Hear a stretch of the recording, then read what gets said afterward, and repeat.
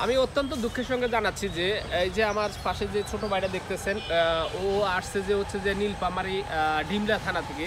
তো আজকেই ভোর রাতে আপনার হচ্ছে যে এরা উত্তরবঙ্গের নাইট ক্রুজ গাড়িগুলো থেকে আইতের গাড়ি বলতে যে উত্তরবঙ্গের মানুষের একটা শব্দ আছে যে আইতের গাড়িতে গতরে গেঞ্জি গায়ে দিয়ে ট্রেকে করে চলে আসছি।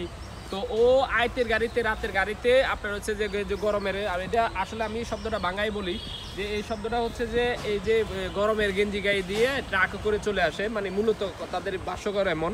তো ওরা রাতে আইসা নবীনগর স্ট্যান্ডে নামে।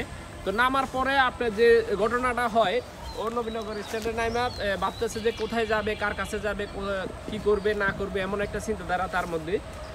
যখনই সে কোনো দিকে খোঁজ পাচ্ছিল না যে কোথায় একটু রেস্ট করবে, সারা রাত তো গাড়ি জার্নি করে আসছে, ও গাড়ি জার্নি করে আসছিল। তো দেখা গেছে যে কোথায় একটু রেস্ট করবে, শুবে বা ঘুমাবে, কি করবে, কিন্তু এরকম জায়গা পাচ্ছিল না। তখন এই যে জায়গাটা দেখতেছেন নিরিবিলি স্মৃতিসৌধের ভিতরে একটা মানে পরিবেশ দেখতেছেন, ওই জায়গাটার মধ্যে ও আইসা গাছের নিচে, এই যে এখানে একটা গাছ আছে, এই গাছটার নিচে আইসা ও একটু রেস্ট করতেছিল, ঘুমাচ্ছিল। তো তিনজন ছেলে আইসা ওরা তো বুঝতে পারছে যে ওর গাটি গোটা দেখে বুঝছে যে ও দেশ থেকে যে কোনো কোনো রাগারাগি করে আসছে কিংবা কোনো একটা সমস্যার কারণে ও শহরের বাড়িতে আসছে।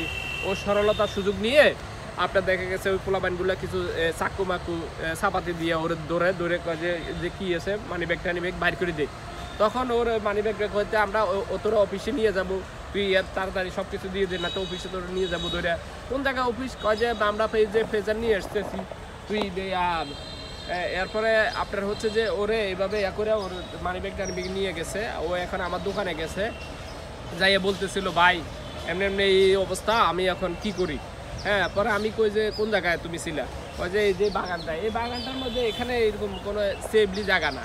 তো যারাই আমরা বিভিন্ন এলাকা থেকে আসি, ঢাকা শহরে হুট করে আসি, তো নিরিবিলি পরিবেশগুলো আমরা কখনোই বাইছে নিব না। মূলত আমরা যে কাউন্টারগুলো থাকে বা যেখানে মানুষের সমাগম সবসময় থাকে, ওই জায়গাগুলো আমরা অন্তপক্ষের রাতটা উদযাপন করবো বা একটা ইয়াতে থাকার চেষ্টা করব। কিন্তু এইসব নিরিবিলি পরিবেশে আইসে আমি নিজে একদম হাতছাড়া হয়ে যাব, আমার সব কিছু মনে করেন যে উদাও হয়ে যাব, এটা স্বাভাবিকই ভাই। ঢাকা শহরে কেউ ভালো না। এই শহরে লুটি বুটি খাওয়ার জন্য হাজার হাজার লোক বসে রয়েছে। তো এই যে লোকগুলোকে এখন আমরা কই খুঁজে পাবো, কই পাবো? আর ও তো অত কিছু বলতেও পারে না। তোমার বাড়ি কোথায়?